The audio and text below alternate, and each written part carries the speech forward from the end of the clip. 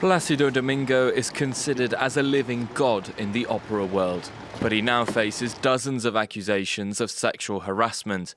An investigation led by the Associated Press found that over 3 decades, the Spanish superstar pressured women into sexual relationships by dangling jobs and then sometimes punishing them professionally when they refused his advances. 9 people have so far said they were victims of his unwanted attention. Only one went officially on the record, Patricia Wolf, a retired opera singer. Oh, it was harassment. Absolutely. Absolutely. I have no doubt that it was harassment. I was there. I was being harassed. He wanted me to come home with him. He did not want me to go home. He wanted me to somehow be with him that night, each of the nights he asked me. In addition to the accusers, other women told AP that Domingo made suggestive advances to them. Journalists also spoke to other singers, backstage staff and musicians who witnessed inappropriate behaviour by the opera giant. The world-famous tenor refused to answer specific questions, but did release a statement answering the accusations. The allegations from these unnamed individuals dating back as many as 30 years are deeply troubling and, as presented, inaccurate. Still, it is painful to hear that I may have upset anyone or made them feel uncomfortable, no matter how long ago and despite my best intentions. I believe that all my interactions and relationships were always welcomed and consensual.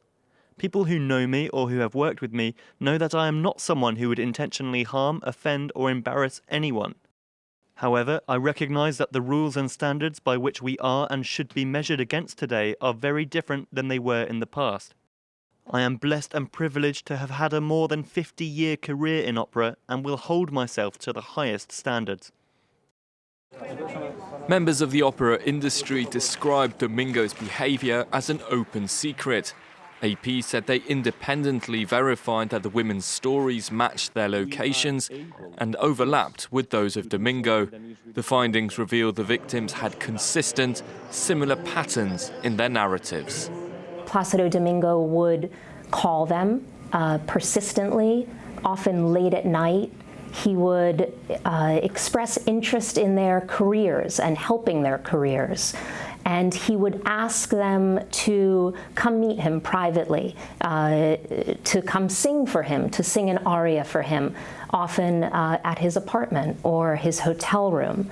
And the women described a feeling of being in a very precarious situation where they didn't want to say yes to these overtures, but they didn't feel that they could say no, given his position of power.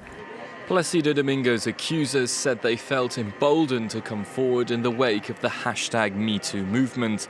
All of them said they hoped their revelations would put a stop to the opera giant's unwanted advances.